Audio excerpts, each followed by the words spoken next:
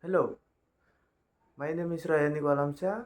Today we'll discuss about occupational health and safety or OHS. So let's dive into how to ensure a safety at work. Occupational health and safety or OHS. OHS history 17th century BC. King Hammurabi of the Babylonian Empire states in his code, if a builder constructs a house for someone and doesn't complete the work properly, resulting in the house collapsing and causing the death of the owner, then the builder shall be put to death. Purpose of the law. The purpose of this regulation is to emphasize professional responsibility and ensure that construction work is carried out to high standards to prevent damage and hazards that could harm others. Anno Domini. Over 80 years, Anno Domini, Pliny, a Roman encyclopedist, required that miners be required to wear a nose coverings. In 1940, Domenico Fontana, who was tasked with constructing the obelisk in the middle of Saint Peter's Square in Rome, mandated that workers to wear steel helmets. Definition of OHS. Etymologically, providing protection efforts aimed at ensuring that workers and other people in the workplace are always safe and healthy, and that every production source is usually safely and efficiently. Philosophically, a concept and real effort to ensure the sustainability of workers and all people in general, along with their works and culture, in an effort to achieve justice, property, and welfare. Scientifically, a branch of science and application that studies ways to prevent accident in the workplace. OHS legislation. First, we got law, or what we call is undang-undang, and the second is government regulation, or what we call peraturan pemerintah, and the third is ministerial regulation or pemerintahan peraturan menteri, and the fourth is regional regulation or peraturan daerah. Hierarchy of OHS legislation. First was law. Law is the highest legislation in Indonesia. In the context of OHS, several laws serve as the main foundation, including Law Number 1 of 1970 on occupation safety and Law Number 13 of 2003 on manpower. These laws set out basic principles and obligations that must be followed by all parties involved in the world of work.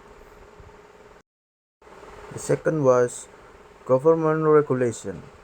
Government regulation are more detailed regulations that govern in the implementation of the provisions contained in laws. Several government regulations regulate OHS, such as Government Regulation Number 50 of 2012 on the implementation of occupational health and safety management system, or SMK3, and Government Regulation Number 21 of 2013 and occupational health and safety training. Legal basis of OHS. Law Number 1 of 1970 on occupational safety is indeed the main legal basis governing occupational health and safety, or OHS, in Indonesia. This law plays a crucial role in establishing the basic principle and general provision that must be adhered to by all parties involved in the working world. The following are some important points regulated in Law Number 1 of 1970 on occupational safety. General provisions. This law regulates various aspects related to OHS, starting from important definitions, the responsibilities of the government, employers' responsibilities, worker rights and obligations, to the procedures for law enforcement in cases of OHS violations. Basic principles. This law establishes basic principles that must be followed in implementing OHS in the workplace. These principles include the principle of accident prevention and work-related illness, the principle of safety and healthy work environment arrangement, the principle of responsibility, and the principle of cooperation between the government, employers, and workers. And the next is employers' responsibilities. This law stipulates that employers have the responsibility to create a safe and healthy work environment for workers. They must take various preventive measures, such as providing protection to workers, providing safe work equipment, conducting OHS training, and regularly implementing OHS program. The next is workers' rights and obligation.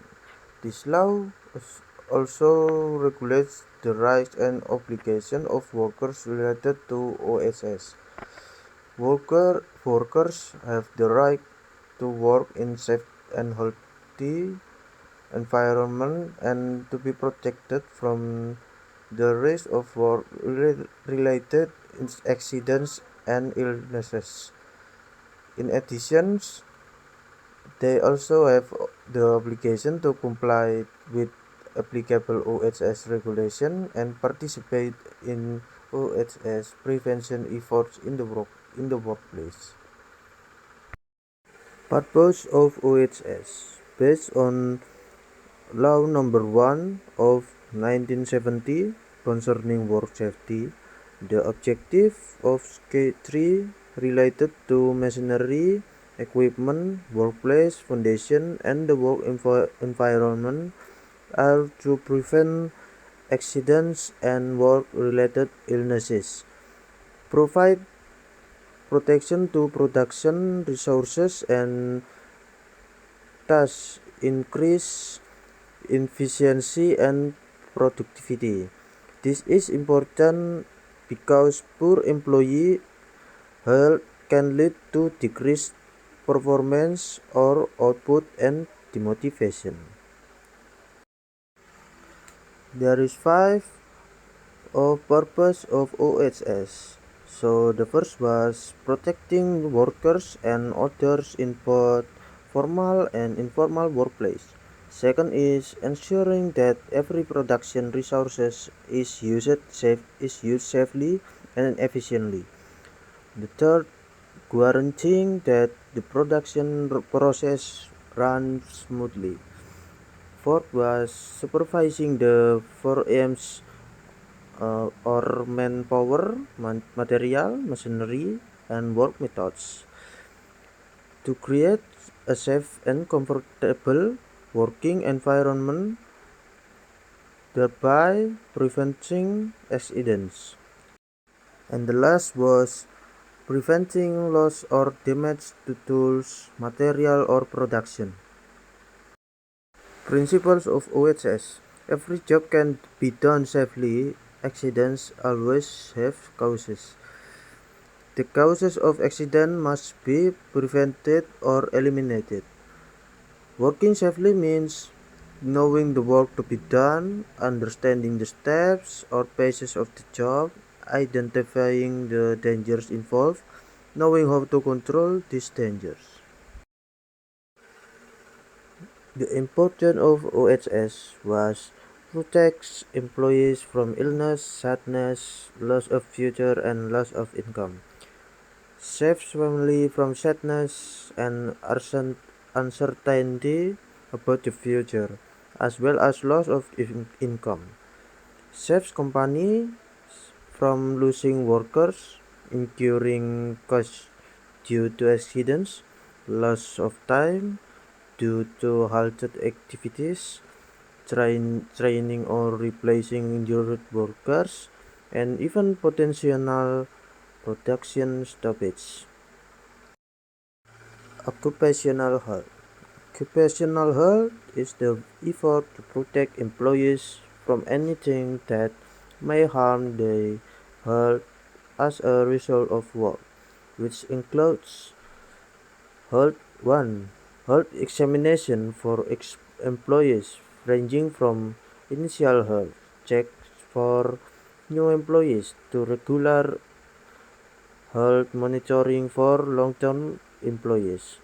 Second, workplace environment consideration, including dust, noise, lighting, and vibrations. And third, ergonomics, which includes seating, work tools, and workplace dimensions. Work accident. An accident is an unplanned, unwanted, and unexpected event that can happen anywhere and at any time and to anyone.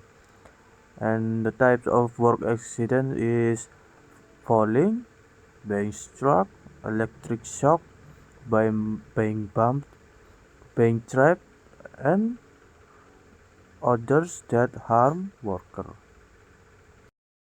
Work accidents classification.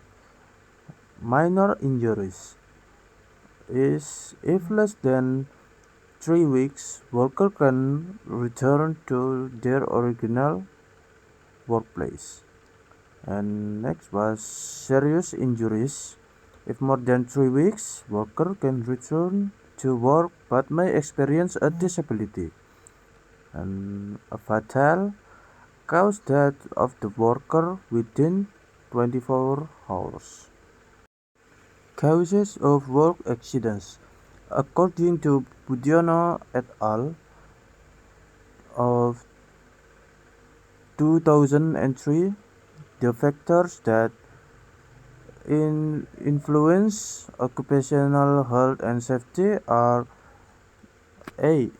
Workload includes physical, mental, and social burdens, so it's essential to assign employees according to their abilities. B. Work capacity depends on the factors such as education level, skills, and physical fitness, ideal body size, nutritional status, and others. C. Work environment includes physical, chemical, biological, ergonomic, and psychosocial factors. Accident cause. The accident cause was direct cause, is compensation costs, treatment or medical costs, equipment repair costs, investigation costs. And indirect cost was lost time from co-worker due to work stoppage, lost time due to employees assisting the victim, retraining costs and lost work time, lost time spent dealing with that just happened. So this was accident cause. Accident investigation. The purpose of an accident investigation is to identify causes of the accident, provide recommendations or actions to correct the causes of the incident, implement preventive measures to avoid similar accidents in the future. The goal is ensure that corrective and preventive actions will prevent the recurrence of similar accidents. OHS development. First, safety outreach was includes safety lectures, posting safety posters, and showing safety films or slides. Safety talk conducted at the beginning of each work shift. Safety training includes training on the use of safety equipment, firefighting, emergency response, and first aid. Next, safety inspection involves routine and periodic inspection. Safety investigation of hazardous incidents or near misses. Safety meetings that discuss issues related to OHS. A hazard is a source or situation with the potential to cause injury or illness. A risk is the combination of the likelihood of an event occurring related to severe injury or illness, and the exposure of a person or equipment to a hazard.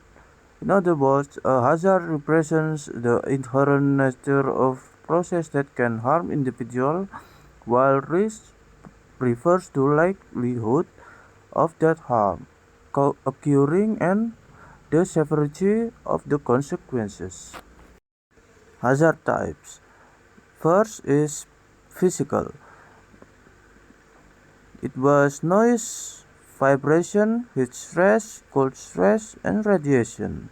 Second was a chemical, was a dangerous material like explosive flammable materials or corrosive hazardous materials like toxin, carcinogenic, teratogenic, and mutagenic. The third biological was virus, bacteria, and fungus. Four mechanical is interface with the machinery. Electrical, the magnitude of the current and the amount of current flowing. Time or duration of exposure. Pathway or entry and exit point. Six was psychosocial, was that a worker's mental. Seven was ergonomics. Ergonomics was the design of the work tools.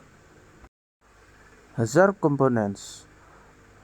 First is intrinsic properties of the hazard, the inherent characteristics of the hazard itself. Second was nature of equipment or material forms, the natural state of equipment or materials. And the third, exposure effect relationship, the connection between exposure to hazard and its effects. Fourth was hazard flow from process to individual, was how the hazard moves from the process to individual. Five is condition and frequency of use, the conditions under which the hazard is present and how often it's encountered. Six was worker behavior, aspects of the worker behavior that influence exposure to hazard. Seven is mechanism of action, the way in which the hazard acts to cause a harm. Risk. Risk is the probability or likelihood of a negative effect occurring. depending on how likely the hazard is caused to harm. Risk is consequence or harm or injury. Consequence is hazard and exposure. Exposure is concentration and duration. Risk was hazard and concentration, duration, and probability of injury. Safe is condition where the hazard has been controlled to an adequate level. Danger is a condition identified through inspection that is concluded to exceed safe limits. Now, as you can see about illustrative of danger incident accident, and the incident was the rope is break or whatever. An accident is the head of the worker was hit by big block. Next was hierarchy. Hierarchy or hazard identification, risk assessment, and risk control. First, hazard identification. According to Swarty, hazard categories include physical hazards, mechanical hazards, electrical hazards, ergonomical hazards, habitual hazards, environmental hazards, biological hazards, and psychological hazards.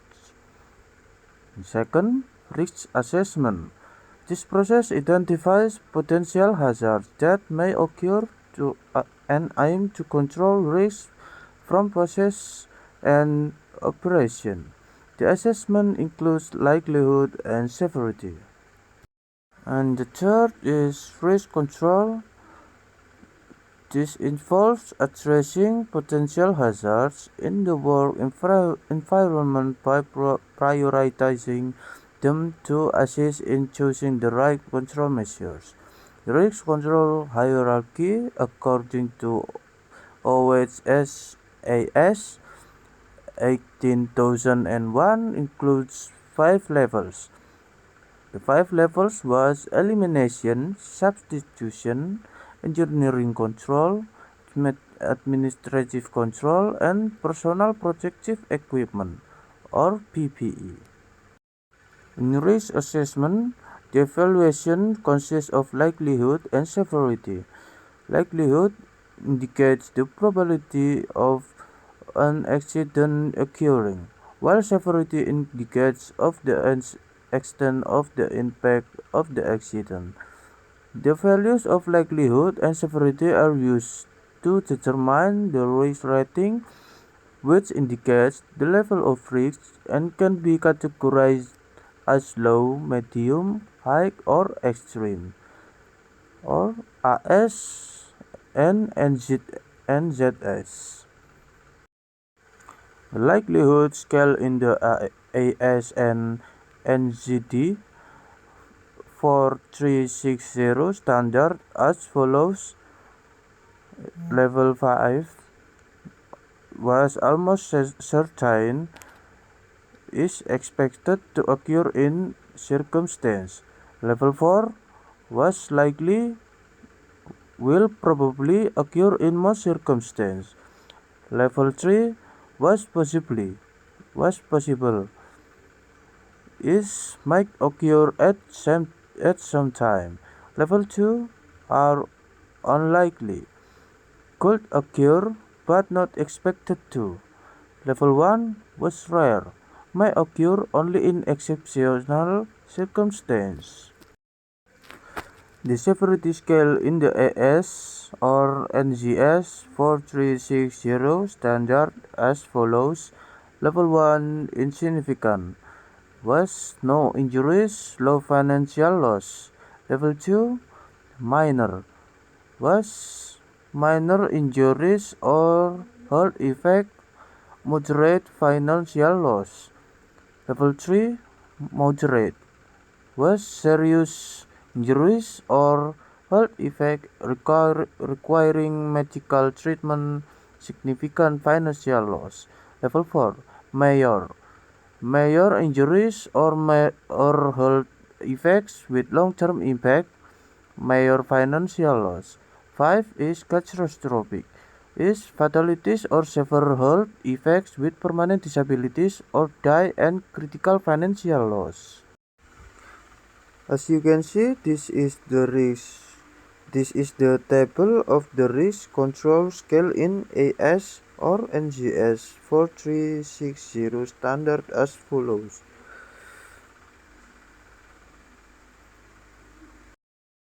Ergonomics definition.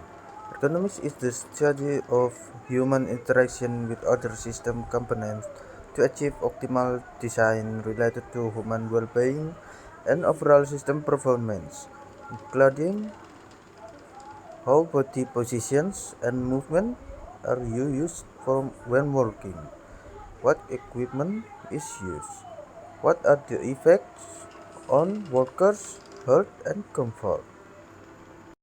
Benefits of ergonomics. First is increased productivity. An ergonomic workplace will make workers comfortable, not quickly fatigued, and use physical effort more efficiently. Avoidance of occupational disease prevents uncomfortable working positions that result in excessive, continuous pressure on the musculoskeletal system, prevents eye strain and irritation, avoidance of stress and high cognitive load, provides recommendation on rest, relaxation, and stretching time at work. Increased comfort. A well-organized workplace provides a better experience and satisfaction. Ergonomic control. Ergonomics can be controlled to adjust the workplace to fit the worker. Ergonomic control aims to maintain the worker's body in a good position and reduce workers' risk. It should accommodate all kinds of workers. Ergonomic control is categorized in three main types. First is technical control, second was administrative control, and third was work methods. Ergonomic control. Technical control. A preferred method is because it's more permanent and effective in eliminating ergonomic risks. The first was workplace, and next materials, objects, storage, and operation design. Next was equipment use. These all should be controlled for the economy. Next, work methods focuses on how the job is performed, such as using good body mechanics, keeping the body in neutral position. Next is administrative control, related to how work is organized, such as work schedule, job rotation, break time allocation, training programs, maintenance programs, and repair programs. Ergonomics application. Working position. Working position consists of sitting and standing position. The sitting position, where the feet are not burdened by body weight and remain stable while working. The standing position, where the spine is vertical and the body weight is evenly distributed on both feet. Work process. Workers can reach work tools according to their position while working and their body size. Workplace layout. Displays should be clearly visible while working. International symbols are more commonly used than words. Thank you for watching. I am Raihan Nikolamsa. Stay safe and always prioritize occupational health and safety in your workplace. See you in the next video.